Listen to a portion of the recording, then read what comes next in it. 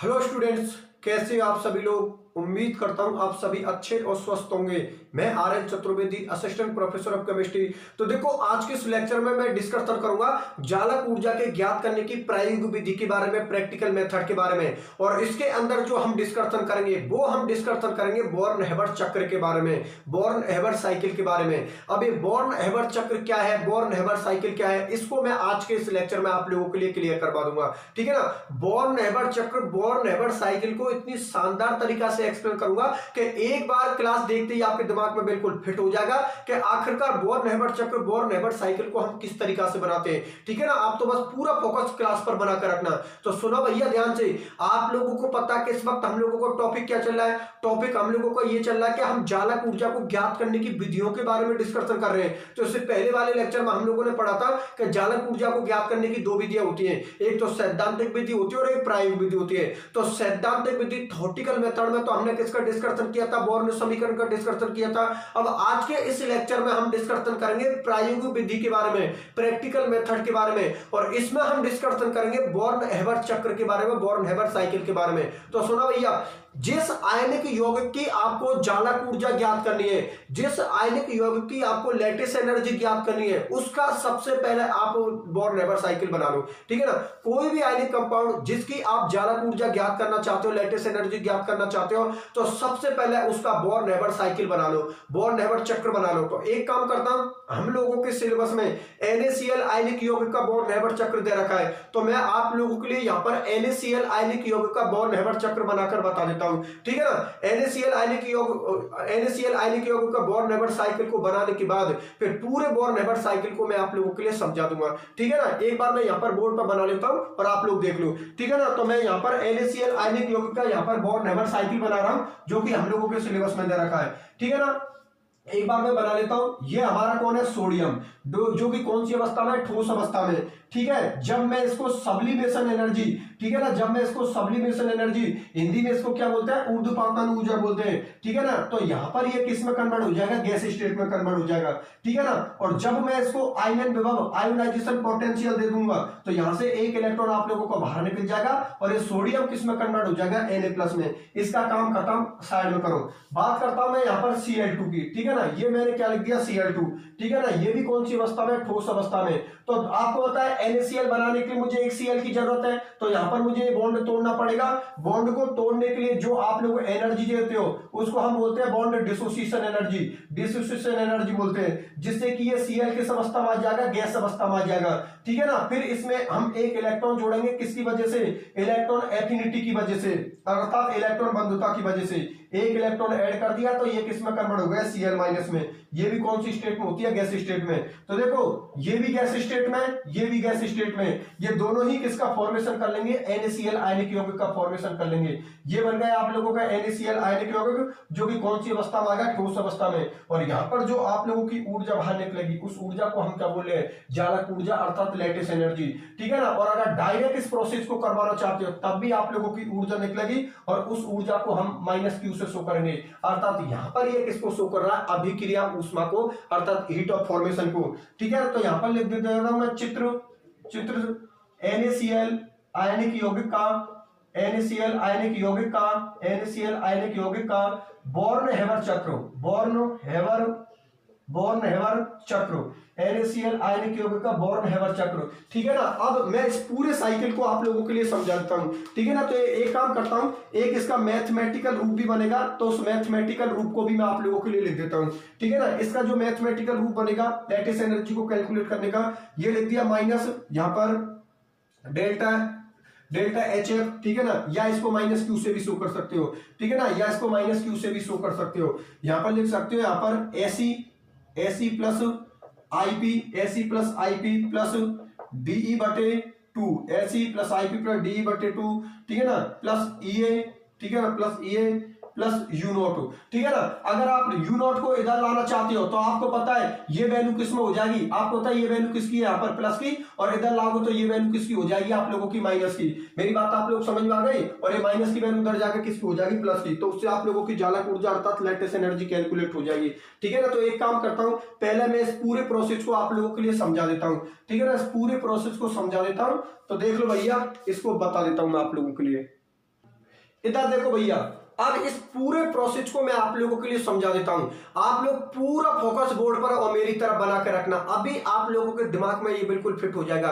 तो सुनो भैया ध्यान से, मैंने आप लोगों से क्या बात बोली है कि किसी भी आयनिक यौगिक की अगर आप लेटिस एनर्जी को अर्थात ज्वालक ऊर्जा को काउंट करना चाहते हो या ज्ञात करना चाहते हो, तो सबसे पहले उस आयनिक यौगिक का आप क्या बना लो, बोर्न-हेबर साइकिल बना दो, बोर्न-हेबर चक्र बना दो। तो हम लोगों के सिलेबस में किसका बोर्न-हेबर साइकिल दे रखा है, NaCl का। हम लोगों के सिलेबस में किसका बोर्न-हेबर साइकिल दे रखा है या बोर्न-हेबर चक्र दे रखा है, NaCl का अर्थात नमक का दे रखा है, साल्ट का दे रखा है, ठीक है ना। तो सबसे पहले अगर हम लोगों को NaCl आयनिक यौगिक की अगर हमें ज्वालक ऊर्जा ज्ञात करनी है, लेटिस एनर्जी ज्ञात करनी है, तो NaCl आयनिक यौगिक का या NaCl आयनिक कंपाउंड का सबसे पहले मैं क्या बना देता हूं, आप लोगों के लिए बोर्न-हेबर साइकिल बना देता हूं। अब बोर्न-हेबर साइकिल को किस तरीका से बनाते हैं वो आप लोग देख लो। देखो सुनो मेरी बात ध्यान से, NaCl का फॉर्मेशन किससे होता है, Na+ और Cl- से। भाई NaCl जो बनता है आप लोगों का वो किससे बनता है, Na+ और Cl- अगर आपस में जुड़ जाए तो किसका फॉर्मेशन हो जाएगा, NaCl का फॉर्मेशन हो जाएगा। अब उसका फॉर्मेशन किस तरीका से होता है, वो NaCl किस तरीका से बनता है, ठीक है ना, उसको मैं बोर्न-हेबर साइकिल से आप लोगों के लिए समझा देता हूं। तो सुनो भैया ध्यान से, ये आप लोगों का सोडियम है और यहां पर सोडियम आप लोगों को कौन सी अवस्था में, ठोस अवस्था में।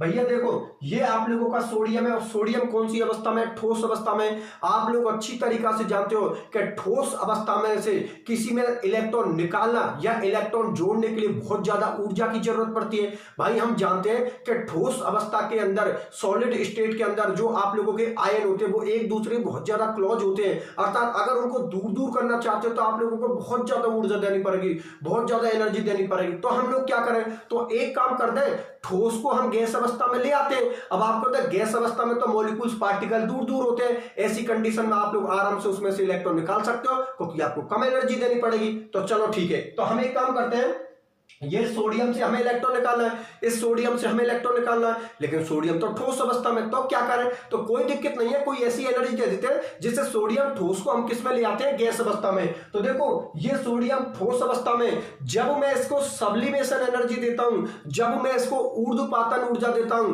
तो आप लोगों का ये सोडियम ठोस अवस्था से किस में आ जाएगा, गैस अवस्था में आ जाएगा।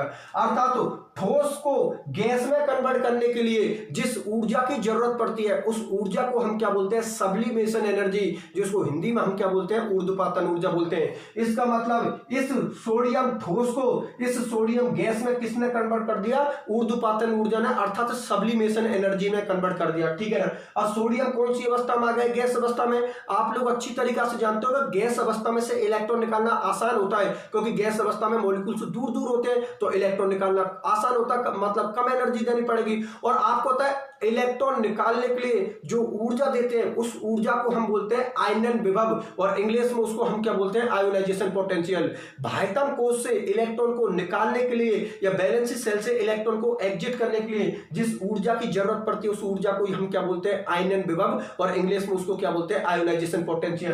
तो इस सोडियम, ये जो सोडियम गैस अवस्था में, इसको मैंने आयनन विभव, आयोनाइजेशन पोटेंशियल दे दिया। आयोनाइजेशन पोटेंशियल जैसे दिया तो सोडियम से एक इलेक्ट्रॉन हम लोगों ने बाहर निकाल दिया, तो सोडियम किस में कन्वर्ट हो गया, Na+ में कन्वर्ट हो गया और एक इलेक्ट्रॉन उसका बाहर निकल गया। चलो ठीक है, इसको साइड में कर दो, Na+ बन गया, ठीक है। अब Cl- को लाते हैं, तो आपको पता है कि Cl फॉर्म में नहीं मिलता, Cl2 फॉर्म में मिलता है। अरे भाई बिल्कुल तो सही बात है, जैसा ऑक्सीजन O फॉर्म में नहीं, O2 फॉर्म में मिलती है, नाइट्रोजन M फॉर्म में नहीं, N2 फॉर्म में मिलती है, हाइड्रोजन H फॉर्म में नहीं, H2 फॉर्म में मिलती है। उसी तरीका से हेलोजन फैमिली के member F2, Cl2, Br2, I2 आप लोगों को पता है इस फॉर्म में मिलते हैं। तो यहां पर Cl2 मतलब जो Cl होता है वो Cl2 फॉर्म में मिलता है, लेकिन NaCl बनाने के लिए तो मुझे एक ही क्लोरीन की जरूरत है। तो मैं क्या करूं, तो एक काम कर देता हूं, ये जो आप लोगों का Cl2 है ना, यहां से मुझे एक क्लोरीन लेना है, तो एक काम करता हूं, इस बंध को तोड़ देता हूं, बॉन्ड को क्लीवेज कर देता हूं। और आप लोगों को पता है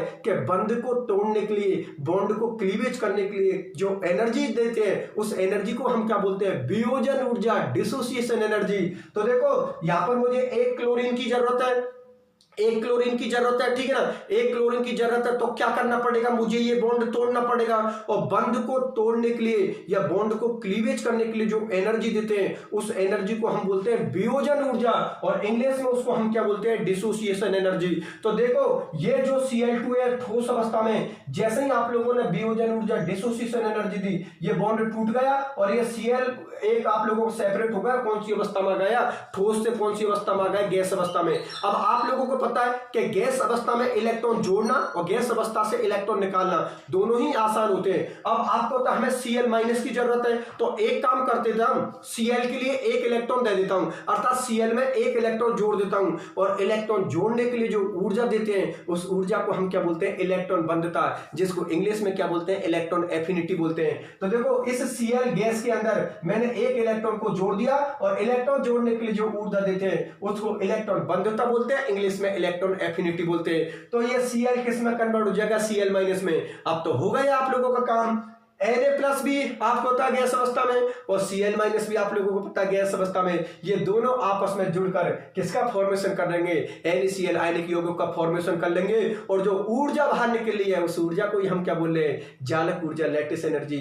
ये बात मैंने आप लोगों के लिए पहले ही बताई थी कि आयनिक यौगिक को तोड़ लो चाहे आयनिक यौगिक को बना लो, हर कंडीशन में आप लोगों की ऊर्जा बाहर निकलेगी, और उस ऊर्जा को, उस एनर्जी को ही हम क्या बोलते हैं, जालक ऊर्जा अर्थात लैटिस एनर्जी। अब सुनो मेरी बात ध्यान से, क्या ये आप लोगों के Na+ और Cl- मतलब NaCl बनाने की जो बोर्न हेबर साइकिल है, ये अप्रत्यक्ष विधि है, इनडायरेक्ट मेथड है, क्योंकि आप लोगों को पता है NaCl को बनाने के लिए मुझे कितने स्टेपों से गुजरना पड़ा है। आप चाहते हो कि नहीं सर हम तो कोई एनर्जी नहीं देना चाहते, हम तो डायरेक्ट ही NaCl बनाना चाहते हैं। भैया आप डायरेक्ट NaCl बना सकते हो, वो आप लोगों की डायरेक्ट मेथड होगी, लेकिन उस दौरान आपको बहुत ज्यादा एनर्जी देनी पड़ेगी, बहुत ज्यादा ऊर्जा देनी पड़ेगी, और उस बहुत ज्यादा ऊर्जा को हम क्या बोले, अभिक्रिया ऊष्मा, हीट ऑफ फॉर्मेशन, जिसको मैं किससे शो करता हूं, -Q से शो कर रहा हूं। तो देखो अगर आप चाहते हो कि हम तो डायरेक्ट ही NaCl बनाना चाहते हैं, हम तो ये कोई एनर्जी नहीं देना चाहते हैं, तो बिल्कुल आप लोग दे सकते हो। यहां से आप लोगों की ये डायरेक्ट NaCl का फॉर्मेशन हो जाएगा, लेकिन इस दौरान आपको बहुत ज्यादा एनर्जी देनी पड़ेगी,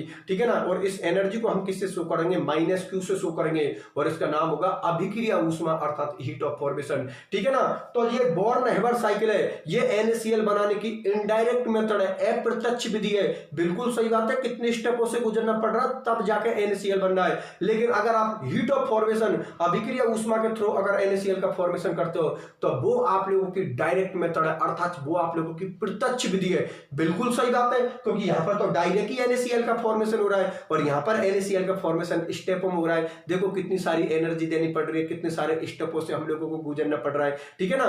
तो बोर्न हेबर साइकिल से जो हम लैटिस एनर्जी को कैलकुलेट करने हैं, बोर्न हेबर साइकिल से हम NaCl का फॉर्मेशन कर रहे हैं, ठीक है ना। ये NaCl के फॉर्मेशन की लैटिस एनर्जी को ज्ञात करने की ये डायरेक्ट विधि नहीं है, ये आप लोगों की इनडायरेक्ट विधि है, अर्थात ये अप्रत्यक्ष विधि है। और ये जो ऊपर जहां पर आप लोगों की अभिक्रिया ऊष्मा अर्थात हीट ऑफ फॉर्मेशन निकली है, ये आप लोगों की प्रत्यक्ष विधि है, डायरेक्ट मेथड है, क्योंकि यहां पर डायरेक्ट ही NaCl का फॉर्मेशन हो रहा है। चलो ठीक है, बहुत अच्छी बात है। और ये NaCl आयनिक यौगिक का आपका बोर्न हेबर साइकिल हो गया। सीधी सी बात है, वो अगर कोई ठोस अवस्था में उसको गैस अवस्था में लाना चाहते हो तो सब्लिमेशन एनर्जी, ऊर्ध्वपातन ऊर्जा देनी पड़ेगी, ठीक है ना। और अगर किसी के अंदर इलेक्ट्रॉन जोड़ रहे हो तो सॉरी, अगर किसी के अंदर से इलेक्ट्रॉन निकाल रहे हो तो इलेक्ट्रॉन को निकालने के लिए जो एनर्जी देते हैं उसको हम IP आयोनाइजेशन विभव, मतलब आयोनाइजेशन पोटेंशियल या आयनन विभव बोलते हैं। ये Na+ में कन्वर्ट हो गया। Cl फॉर्म में नहीं, Cl2 फॉर्म होता है। हमें तो एक Cl की जरूरत है, तो कोई दिक्कत नहीं है, बॉन्ड को तोड़ देते हैं।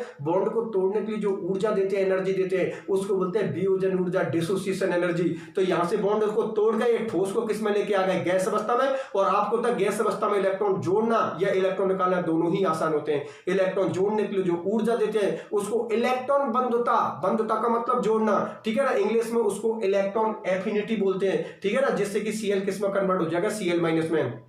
ये Na+ और Cl- आपस में जुड़कर किसका फॉर्मेशन कर लेंगे, NaCl का, ठीक है ना। अब इस NaCl से जो आप लोगों के ये जो बोर्न हेबर साइकिल से NaCl का फॉर्मेशन हुआ है, ये अप्रत्यक्ष विधि है, इनडायरेक्ट मेथड है, क्योंकि आपको पता कितने सारे स्टेपों से गुजरना पड़ा है। लेकिन जो अभिक्रिया ऊष्मा, हीट ऑफ फॉर्मेशन के द्वारा जो NaCl का फॉर्मेशन हुआ है, वो आप लोगों की प्रत्यक्ष विधि है, डायरेक्ट मेथड है, क्योंकि देखो यहाँ पर डायरेक्ट NaCl का फॉर्मेशन हो रहा है। चलो ठीक है, अब हमारा टारगेट क्या है, हम लोगों को तो जालक ऊर्जा, लैटिस एनर्जी ज्ञात करनी है। तो कोई दिक्कत नहीं है, उसके लिए आप लोगों के लिए फॉर्मूला आप लोगों को क्या है कि अभिक्रिया ऊष्मा हीट ऑफ फॉर्मेशन को -Q से भी शो कर सकते हो, माइनस से डेल्टा HF से भी शो कर सकते हो। तो देखो SE + IP + D/2 EA + U पूरी एनर्जी लिखनी है, ठीक है ना। अगर आप लेटिस एनर्जी को, अगर आप जालक ऊर्जा को ज्ञात करना चाहते हो तो देखो आप लोग इस तरीका से ज्ञात कर सकते हो कि आपको बताए ये यहाँ पे लेटिस एनर्जी की वैल्यू किसमें, प्लस में, इधर लेके आओगे तो ये किसमें हो जाएगी, माइनस में हो जाएगी। तो -U0 और यहाँ पे लिख दो SE + IP +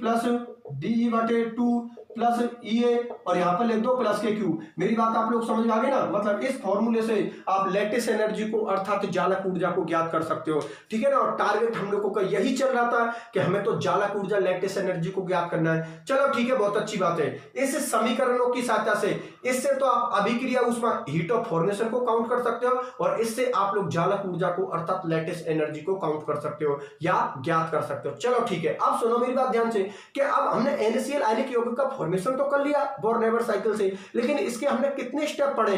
तो भैया इसके 5 स्टेप बने। 5 स्टेपों को बता दें। पहला स्टेप कौन सा है भाई? बोर्न-हेबर साइकिल से जो NaCl का फॉर्मेशन हुआ है उसके हमारे कितने स्टेप बने? 5 स्टेप बने।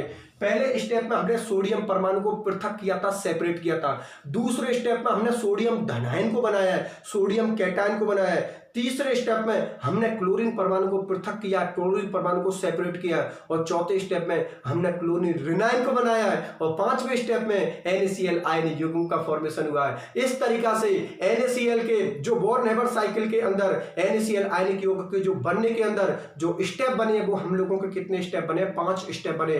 पहला स्टेप में सोडियम परमाणु को पृथक किया है। दूसरे स्टेप में हम लोगों ने क्या किया? सोडियम धनायन, सोडियम कैटायन को बनाया। तीसरे स्टेप में हमने क्लोरीन परमाणु को पृथक किया है। चौथे स्टेप में हमने क्लोरीन ऋणायन, क्लोरीन एनायन को बनाया। और पांचवें स्टेप में तो आप समझ गए NaCl आयन युग्म का फॉर्मेशन किया है, अर्थात NaCl आयनिक कंपाउंड का फॉर्मेशन किया है। और इस तरीका से ये आप लोगों का टॉपिक खत्म होता है, ठीक है ना। किसी भी आयनिक यौगिक का अगर आप लोगों को बोर्न-हेबर साइकिल बनाना है, ठीक है ना, तो उस बोर्न-हेबर साइकिल से आप जालक ऊर्जा लेटिस एनर्जी को काउंट कर सकते हो, ठीक है ना। और उससे अभिक्रिया ऊष्मा हीट ऑफ फॉर्मेशन को भी काउंट कर सकते हो। यहाँ पर हम लोगों के सिलेबस में NaCl आयनिक यौगिक का बोर्न-हेबर साइकिल दे रखा था, पूरा बोर्न-हेबर साइकिल आप लोगों के सामने। इससे इस फॉर्मूले से आप अभिक्रिया ऊष्मा हीट ऑफ फॉर्मेशन ज्ञात कर सकते हो और इस फॉर्मूले से आप जालक ऊर्जा लेटिस एनर्जी ज्ञात कर सकते हो। बात आप लोगों को समझ में आ गई। और इसी के साथ आप लोगों का ये बोर्न-हेबर साइकिल का जो टॉपिक चल रहा था ये आप लोगों का कंप्लीट होता है। चलो ठीक है, बहुत अच्छी बात है। अब सुनो मेरी बात ध्यान से। इसी लेक्चर में मैं आप लोगों के लिए जालक ऊर्जा को प्रभावित करने वाले कारक, मतलब कौन कौन से तो ऐसे फैक्टर हैं जो जालक ऊर्जा के मान को बढ़ाएंगे और कौन कौन से ऐसे फैक्टर हैं जो जालक ऊर्जा के मान को घटाएंगे, ठीक है ना। तो मैं अब अगली हेडिंग ले रहा हूं, जालक ऊर्जा को प्रभावित करने वाले कारक, factor affecting of lattice energy. अर्थात जालक ऊर्जा को कौन कौन से ऐसे फैक्टर जो बढ़ाएंगे और जालक ऊर्जा को ऐसे कौन कौन से फैक्टर वो घटाएंगे, ठीक है ना। तो उसका डिस्कशन भी और कर लेता हूं, ठीक है। तो अगली हेडिंग ले लेता हूं, जालक ऊर्जा को प्रभावित करने वाले कारक, ठीक है। तो देख लो भैया, उसको भी बता देता हूं आज के ही लेक्चर में, ठीक है। अगली हेडिंग ले रहा हूं भैया, जालक ऊर्जा को प्रभावित करने वाले कारक।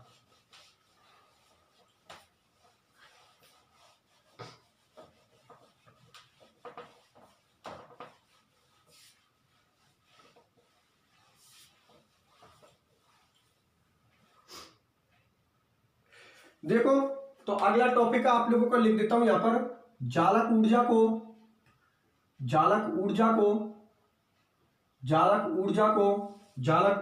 प्रभावित करने वाले कारक, जालक ऊर्जा को प्रभावित करने वाले कारक, जालक ऊर्जा को प्रभावित करने वाले कारक, ठीक है ना। मतलब कौन कौन से ऐसे फैक्टर हैं जो जालक ऊर्जा के मान को बढ़ाएंगे और कौन कौन से ऐसे फैक्टर हैं जो जालक ऊर्जा के मान को घटाएंगे। तो मैं आप लोगों के लिए बता देता हूं, जालक ऊर्जा को यहाँ पर जो प्रभावित करने वाले कारक है, जो फैक्टर है आप लोगों के, वो आप लोगों के यहाँ पर 4 फैक्टर है। चारों को आप लोगों के लिए लिख देता हूं। पहला है आयनों पर आवेश, ठीक है ना। पहला आयनों पर आवेश मतलब आयनों पर चार्ज की बात करेंगे। दूसरा है आप लोगों का आयनों का आकार, ठीक है ना। तीसरा है जो आप लोगों का क्रिस्टल संरचना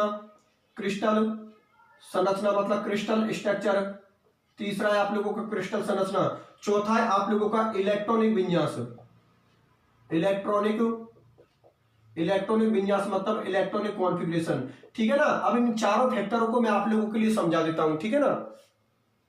देखो भैया, ये 4 फैक्टर है यहाँ पर जो कि जालक ऊर्जा के मान को प्रभावित करेंगे, अर्थात जालक ऊर्जा के मान को इफेक्टिव करेंगे। एक बार मैं फिर से बता देता हूं, टॉपिक आप लोगों का है जालक ऊर्जा को प्रभावित करने वाले कारक, मतलब factor affecting of lattice energy. मतलब कौन कौन से तो ऐसे फैक्टर होंगे जो जालक ऊर्जा के मान को बढ़ाएंगे और कौन कौन से ऐसे फैक्टर होंगे जो जालक ऊर्जा के मानों को घटाएंगे। ठीक है ना। तो यहाँ पर जालक ऊर्जा को जो प्रभावित करने वाले कारक हैं वो आप लोगों के कितने हैं? 4। पहला कौन सा? आयनों पर आवेश, मतलब आयनों पर चार्ज की बात करेंगे। दूसरा कौन सा? आयनों का आकार, मतलब आयनों का जो साइज होता है वो भी जालक ऊर्जा के मानों को बढ़ाएगा या घटाएगा, जो भी है देख लेंगे अभी। ठीक है ना। तीसरा आप लोगों को कौन सा? क्रिस्टल संरचना, क्रिस्टल स्ट्रक्चर। और चौथा है आप लोगों का इलेक्ट्रॉनिक विन्यास, मतलब इलेक्ट्रॉनिक कॉन्फ़िगरेशन। ठीक है ना। तो जालक ऊर्जा के मानों को 4 फैक्टर प्रभावित कर रहे हैं आप लोगों के, आयनों पर आवेश, आयनों का आकार, क्रिस्टल संरचना और इलेक्ट्रॉनिक विन्यास। ठीक है ना। बिल्कुल याद कर लेना, आयनों पर आवेश, आयनों का आकार, क्रिस्टल संरचना और इलेक्ट्रॉनिक विन्यास, ये 4 ऐसे फैक्टर हैं जो कि जालक ऊर्जा के मानों को क्या करेंगे? प्रभावित करेंगे। ठीक है ना। अब मैं एक एक की पर्सनली हेडिंग ले लेके आप लोगों के लिए एक्सप्लेन कर देता हूं। ठीक है ना। तो सबसे पहले मैं आप लोगों के लिए ले रहा हूं आयनों पर आवेश। ठीक है ना। सबसे पहले मैं यहां पर जो जालक ऊर्जा को प्रभावित करने वाले कारकों में उसमें ले रहा हूं मैं आयनों पर आवेश। ठीक है ना। मतलब आयनों पर जो चार्ज है वो जालक ऊर्जा के मानों को घटाएगा, बढ़ाएगा। तो मैं आप लोगों के लिए बता देता हूं जालक ऊर्जा का मान, जालक ऊर्जा का मान आयनों के आवेश बढ़ने पर बढ़ता है। तो जालक ऊर्जा समानुपाती आयनों पर आवेश, जालक ऊर्जा समानुपाती आयनों पर आवेश, आयनों पर आवेश। ठीक है ना। आयनों पर आवेश, जालक ऊर्जा समानुपाती आयनों पर आवेश, आयनों पर आवेश बढ़ेगा तो जालक ऊर्जा का मान बढ़ेगा। देखो भैया, जालक ऊर्जा को प्रभावित करने वाले कारकों में पहला हमारा जो कारक है, जो फैक्टर है वो कौन है? आयनों पर आवेश। ठीक है ना। मतलब आयनों पर चार्ज। ठीक है। आप सुनो मेरी बात ध्यान में कि आयनों पर आवेश जितना ज्यादा होगा उतने ही ज्यादा आप लोगों के जालक ऊर्जा अर्थात लैटिस एनर्जी के मान होंगे। मेरी बात आप लोग समझ में आ गई ना। अब ये जो आप लोगों का चार्ज या आवेश चाहे धनायन पर बढ़े चाहे ऋणायन पर बढ़े, मतलब चाहे कैटायन पर बढ़े चाहे एनायन पर बढ़े, इससे कोई मतलब नहीं है। आयनों पर अगर आवेश बढ़ेगा, ठीक है ना, चाहे आवेश धनायन पर बढ़े चाहे आवेश ऋणायन पर बढ़े, अगर आयनों पर आवेश बढ़ेगा तो जालक ऊर्जा के मान बढ़ेंगे, लैटिस एनर्जी के मान बढ़ेंगे। मेरी बात आप लोग समझ में आ गई? क्यों? क्योंकि जालक ऊर्जा का जो रिलेशन होता है वो आयनों पर आवेश के क्या होता है? समानुपाती। जालक ऊर्जा समानुपाती आयनों पर आवेश। अब आयन में तो दोनों ही आ गए भाई। आयन में ऐसी बात है कि प्लस की बात होती हो या माइनस की बात होती हो, दोनों की ही बात होती है, क्योंकि केमिस्ट्री में 2 ही तो आयन होते हैं, एक तो आपका प्लस होता है, एक माइनस होता है। प्लस को धनायन अर्थात कैटायन बोलते हैं, माइनस को ऋणायन अर्थात एनायन बोलते हैं। तो आयनों पर आवेश बढ़ेगा तो जालक ऊर्जा के मान बढ़ेंगे। ठीक है ना। तो मैं यहां पर एक एग्जांपल ले लेता हूं आप लोगों के लिए, जैसे कि मैंने ले लिया यहां पर MgO और एक MgF2 को ले लिया। तो देखो आप लोगों को पता है कि यहां पर अगर मैं इनके चार्जों की बात करूं तो मैग्नीशियम पर आपको होता है +2 चार्ज होता है, ऑक्सीजन पर -2 चार्ज होता है, इधर Mg पर +2 चार्ज होता है और आपको होता है फ्लोरीन पर -1 चार्ज होता है। अब देखो सुनो मेरी बात ध्यान से कि अब हम दोनों यौगिकों में, दोनों आयनिक कंपाउंडों में हमें यह देखना है कि किसके जालक ऊर्जा के मान कम है और किसके जालक ऊर्जा के मान ज्यादा है। तो देख लेते हैं, जिस पर आवेश ज्यादा होगा, जिस पर चार्ज ज्यादा होगा, उसकी जालक ऊर्जा के मान ज्यादा होंगे। तो इधर देखो, इधर भी Mg है, इधर भी Mg है, इधर भी प्लस के 2 चार्ज है, इधर भी प्लस के 2 चार्ज है। तो यहां पर धनायन तो वेरी नहीं कर रहा है, लेकिन ऋणायन वेरी कर रहा है। कैसे वेरी कर रहा है कि यहां पर ऑक्सीजन पर -2 चार्ज है और यहां पर फ्लोरीन पर आप लोगों का -1 चार्ज है। ऑक्सीजन पर कौन सा चार्ज है? -2 और फ्लोरीन पर आप लोगों को कौन सा? -1 चार्ज। और मैंने क्या बात बोली थी कि चाहे आवेश धनायन पर बढ़े चाहे आवेश ऋणायन पर बढ़े, अगर आवेश बढ़ेगा तो जालक ऊर्जा का मान बढ़ेगा। इसके पास -2 चार्ज है और इसके पास -1 चार्ज है, तो कॉमन सी बात है जालक ऊर्जा के मान किसके ज्यादा होंगे? MgO के जालक ऊर्जा के मान MgF2 से क्या होंगे? ज्यादा। देखो यहां पर धनायन तो वेरी नहीं कर रहा है, क्योंकि इधर भी +2 है, इधर भी +2 है, तो धनायन वेरी नहीं कर रहा है, लेकिन यहां पर ऋणायन अर्थात एनायन वेरी कर रहा है। कैसे वेरी कर रहा है? या एनायन पर आप लोगों के यहां पर जालक ऊर्जा के मान टिके हुए हैं। कैसे टिके हुए हैं कि यहाँ पर ऑक्सीजन पर -2 चार्ज होता है और फ्लोरीन पर -1 चार्ज होता है, तो -2 चार्ज माइनस में ज्यादा होता है। भाई -2 चार्ज ज्यादा होगा, ये आप लोगों को -1 चार्ज कम है। ठीक है। और मैंने पहले ही बोल दी कि चाहे आवेश धनायन पर बढ़े चाहे आवेश ऋणायन पर बढ़े, ठीक है ना, अगर आवेश बढ़ेगा तो जालक ऊर्जा के मान बढ़ेंगे। इसीलिए MgO की जालक ऊर्जा के मान MgF2 से ज्यादा होंगे। बात आप लोगों को समझ में आ गई। इसी के साथ आप लोगों का पहला फैक्टर खत्म होता है, आयनों पर आवेश। ठीक है ना, आयनों पर आवेश जालक ऊर्जा के समानुपाती होंगे। जितना ज्यादा आवेश होगा धनायन और ऋणायन पर, उतने ही ज्यादा आप लोगों के जालक ऊर्जा अर्थात लैटिस एनर्जी के मान होंगे। चलो ठीक है, अब मैं इसका दूसरा फैक्टर लेता हूं। ठीक है ना, दूसरा फैक्टर कौन सा, इसका आयनों का आकार। ठीक है ना, आयनों का आकार किस तरीका से जालक ऊर्जा के मानों को प्रभावित करेंगे उसको भी मैं आप लोगों के लिए बता देता हूं। ठीक है ना, दूसरा फैक्टर ले रहा हूं आयनों का आकार, साइज ऑफ आयन। ये तो ठीक है ना, ये तो आप लोगों का कौन सा था, आयनों पर आवेश था, चार्ज ऑन आयन। और आप कौन से के बारे में डिस्कशन करेंगे, आयनों के आकार के बारे में। दूसरा फैक्टर है आप लोगों का आयनों का आकार, आयनों का आकार मतलब साइज ऑफ आयंस। ठीक है ना, आयनों का आकार मतलब साइज ऑफ आयंस। तो मैं आप लोगों के लिए बता देता हूं आयनों के आकार के जालक ऊर्जा क्या होगी, व्युत्क्रमानुपाती। तो यहां पर लिख देता हूं जालक ऊर्जा व्युत्क्रमानुपाती मतलब इनवर्सली प्रोपोर्शनल। जालक ऊर्जा व्युत्क्रमानुपाती अर्थात इनवर्सली प्रोपोर्शनल। और यहां पर लिख देता हूं आयनों का आकार, साइज ऑफ आयन, आयनों का आकार, साइज ऑफ आयन। ठीक है ना, जिनके आकार जितने बड़े होंगे, जिनके आकार जितने बड़े होंगे उनकी जालक ऊर्जा के मान उतने ही कम होंगे। और इसका एग्जांपल ले लेता हूं मैं आप लोगों के लिए। यहां पर एक तो ले लेता हूं मैं LiF का ले लेता हूं, एक LiCl का ले लेता हूं, एक LiBr का ले लेता हूं और एक LiI का ले लेता हूं। ठीक है ना, अब इसका हमें ऑर्डर देखना, किसके जालक ऊर्जा के मान ज्यादा है और किसके जालक ऊर्जा के मान कम है। तो देखो भैया, आप लोगों को जो दूसरा फैक्टर है जालक ऊर्जा के मानों को प्रभावित करने वाले कारकों में, वो दूसरा फैक्टर है आप लोगों का आयनों का आकार। ठीक है ना, तो मैं आप लोगों के लिए बता देता हूं आयनों का आकार जितना बड़ा होगा उसकी जालक ऊर्जा के मान उतने ही कम होंगे। क्योंकि आयनों के आकार के जालक ऊर्जा क्या होती है, व्युत्क्रमानुपाती, इनवर्सली प्रोपोर्शनल होती है। जिसके आकार जितने बड़े होंगे, जिसके साइज जितने बड़े होंगे, उसकी जालक ऊर्जा लैटिस एनर्जी के मान उतने ही कम होंगे। क्योंकि जालक ऊर्जा का आयनों के आकार से जो रिलेशन होता है वो क्या होता है, व्युत्क्रमानुपाती अर्थात इनवर्सली प्रोपोर्शनल। अब देखो, इसके अंदर हमें जालक ऊर्जा का ऑर्डर निकालना है कि किसके जालक ऊर्जा के मान तो ज्यादा होंगे और किसके जालक ऊर्जा के मान कम होंगे। तो हम एक काम करते हैं, देखो यहां पर चेक करते हैं कि प्लस वेरी कर रहा है कि यहां पर माइनस वेरी कर रहा है। मतलब यहां पर जालक ऊर्जा के मान प्लस पर वेरी कर रहे हैं, माइनस पर वेरी कर रहे हैं। ठीक है, तो मैं अभी आप लोगों के लिए इसको पूरे सिस्टम को बता देता हूं। ठीक है ना, तो देखो आप लोग इसको, तो देखो भैया इधर देखना, आपको पता है लिथियम मेटल है और आपको पता है ये हैलोजन फैमिली के जितने भी मेंबर हैं वो कौन होते हैं, नॉन मेटल अर्थात अधातु हैं। तो देखो लिथियम धातु है तो इस पर प्लस होगा, इस पर माइनस होगा, इस पर प्लस होगा, इस पर माइनस होगा, इस पर प्लस होगा, इस पर माइनस होगा, इस पर प्लस होगा, इस पर माइनस होगा। तो आप लोग देखो इस एग्जांपल के अंदर, इस एग्जांपल के अंदर आपको पता है लिथियम कॉमन है, सबके अंदर लिथियम है। तो लिथियम पर तो आयनिक, लिथियम पर तो जालक ऊर्जा के मान डिपेंड ही नहीं कर रहे हैं। तो डिपेंड किस पर कर रहे हैं, हैलोजन फैमिली के मेंबर पर डिपेंड कर रहे हैं कि हैलोजन फैमिली के मेंबरों के आधार पर हम पता लगाएंगे कि किसके तो जालक ऊर्जा के मान ज्यादा होंगे, किसके जालक ऊर्जा के मान कम होंगे। तो गौर से देखो, आप लोगों को पता है हैलोजन फैमिली के जो मेंबर होते हैं वो आवर्त सारणी में इस तरीका से होते हैं, F ऊपर ऊपर आता है, उससे नीचे Cl आता है, फिर Br आता है और I आता है। और आप लोग जानते हो कि ऊपर से नीचे की ओर जाने पर आकार क्या होता है, बढ़ता है अर्थात इंक्रीज होता है, आकार बढ़ता है। ऊपर से नीचे की ओर जाने पर आकार बढ़ता है और अगर आकार बढ़ेगा तो जालक ऊर्जा के मान आप लोगों के घटेंगे। तो सबसे कम जालक ऊर्जा के मान किसके होंगे, जिसका आकार सबसे बड़ा होगा। क्योंकि आयनों के आकार के जालक ऊर्जा क्या होती है, व्युत्क्रमानुपाती। तो कॉमन सी बात है, इसका आकार सबसे बड़ा है तो सबसे कम जालक ऊर्जा के मान इसी के होंगे। ठीक है ना, इसका आकार इनमें सबसे छोटा है तो जिसका आकार, जिसका साइज सबसे छोटा होगा उसकी जालक ऊर्जा के मान सबसे ज्यादा होंगे। तो इसमें जो सबसे ज्यादा जालक ऊर्जा लैटिस एनर्जी के मान है वो किसको होंगे, LiF के, उससे कम किसको होंगे, LiCl के, उससे कम किसको होंगे, LiBr के होंगे। और सबसे कम जालक ऊर्जा के मान लैटिस एनर्जी के मान किसको होंगे, LiI के होंगे। पहले तो ये बात होता है, ये बात मेरी आप लोग समझ में आई या नहीं आई। इसका मतलब सौबातन की एक बात ये हुई कि अगर आयनों का आकार बढ़ेगा, चाहे आकार धनायन का बढ़े चाहे आकार ऋणायन का बढ़े, अगर आयनों का आकार बढ़ेगा तो जालक ऊर्जा के मान घटेंगे। क्योंकि आयनों के आकार के जालक ऊर्जा क्या होती है, व्युत्क्रमानुपाती अर्थात इनवर्सली प्रोपोर्शनल। और इसी के साथ आप लोगों के दूसरा पॉइंट भी खत्म होता है। ठीक है, अब हम इसके तीसरे पॉइंट पर डिस्कशन करेंगे जिसका नाम है क्रिस्टल संरचना अर्थात क्रिस्टल स्ट्रक्चर। ठीक है ना, तो चलो देखो तीसरे पॉइंट को भी आप लोगों के लिए समझा देता हूं मैं। ठीक है ना, तीसरा पॉइंट है आप लोगों का क्रिस्टल संरचना, क्रिस्टल स्ट्रक्चर, उसको भी देख लो आप लोग।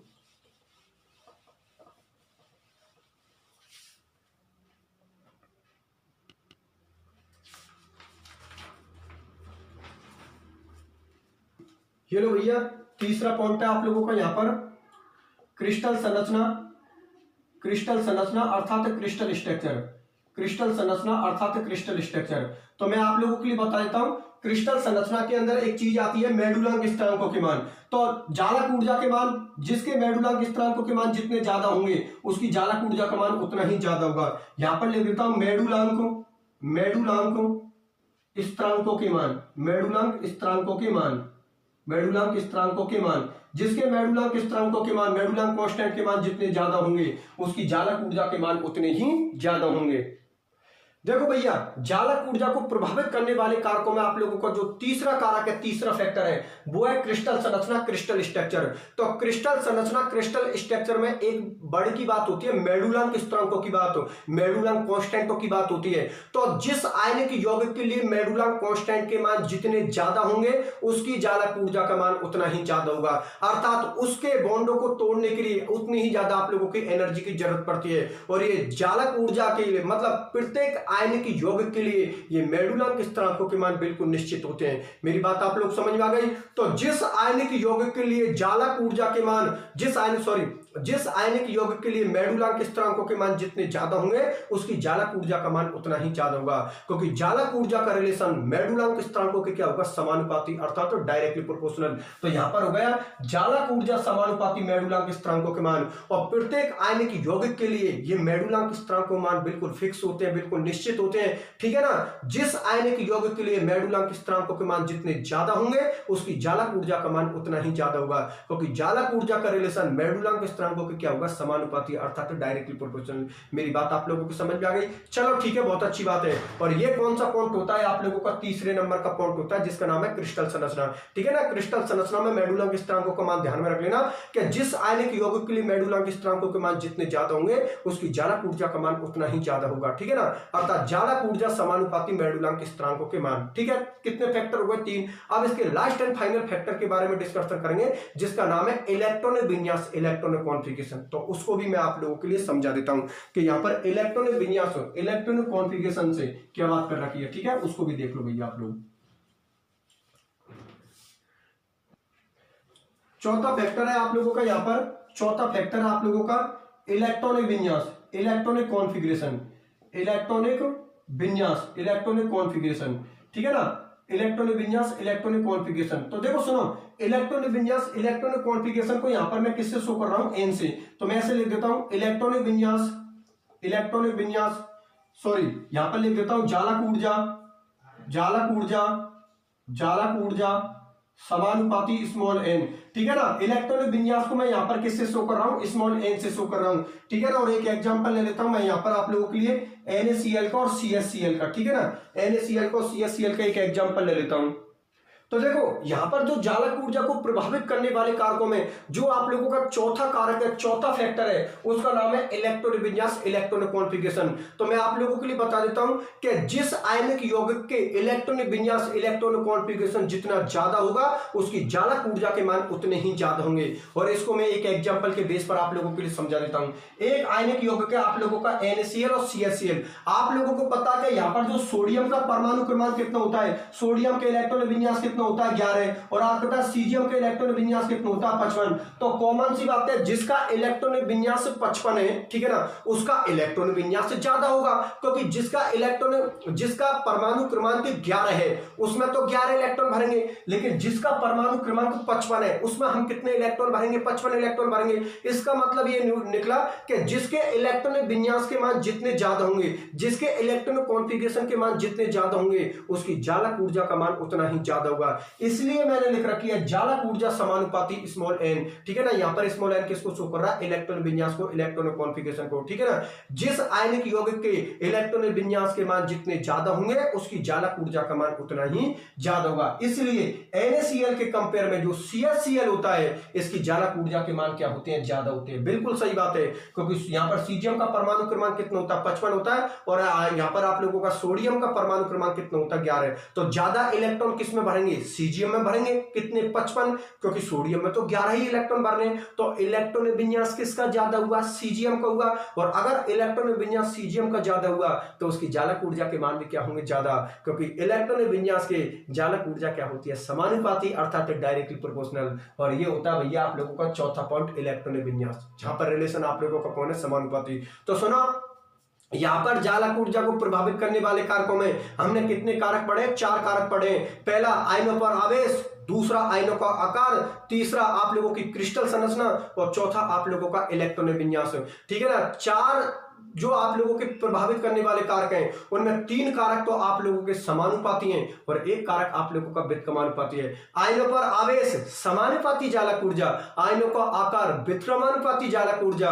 ठीक है ना, फिर क्रिस्टल संरचना में किसकी बात हुई थी, मेडुलांक स्थिरांकों के मान, कि मेडुलांक स्थिरांकों के मान समानुपाती जालक ऊर्जा, और यहां पर इलेक्ट्रॉन विन्यास समानुपाती जालक ऊर्जा। मतलब आयनों के आकार वाला पॉइंट आप लोगों का व्युत्क्रमानुपाती था, बाकी के जितने भी और 3 पॉइंट आए वो सभी जालक ऊर्जा के क्या होते हैं, समानुपाती, अर्थात वो जालक ऊर्जा के मानों को बढ़ाएंगे। मेरी बात आप लोग समझ में आ गई। तो इस तरीका से जालक ऊर्जा को प्रभावित करने वाला जो टॉपिक था वो भी आप लोगों का कंप्लीट होता है। बात समझ में आ गई, एक बार फिर से बता देता हूं, जालक ऊर्जा को प्रभावित करने वाले कारक हमने कितने पढ़े, 4। पहला आयनों पर आवेश, दूसरा आयनों का आकार, तीसरा अपने क्रिस्टल संरचना, और चौथा हम लोगों का इलेक्ट्रॉन विन्यास। चलो ठीक है, ठीक है, आज का लेक्चर आप लोगों का कंप्लीट होता है। आज के लेक्चर में मैंने एक तो आप लोगों के लिए बोर्न हेबर साइकिल बताया है, और एक आज के लेक्चर में मैंने जालक ऊर्जा को प्रभावित करने वाले कारक बताए। ठीक है ना, तो आज के लेक्चर को यहीं तक रखता हूं। ठीक है ना, यहां तक प्रत्येक स्टूडेंट अपनी कंप्लीट क्लास कर लेना। ठीक है ना, आज की क्लास को यहीं तक रखते हैं, आज के लेक्चर को यहीं तक रखते हैं। ठीक है, फिर मिलते हैं अगले लेक्चर में, अपने ख्याल रखना।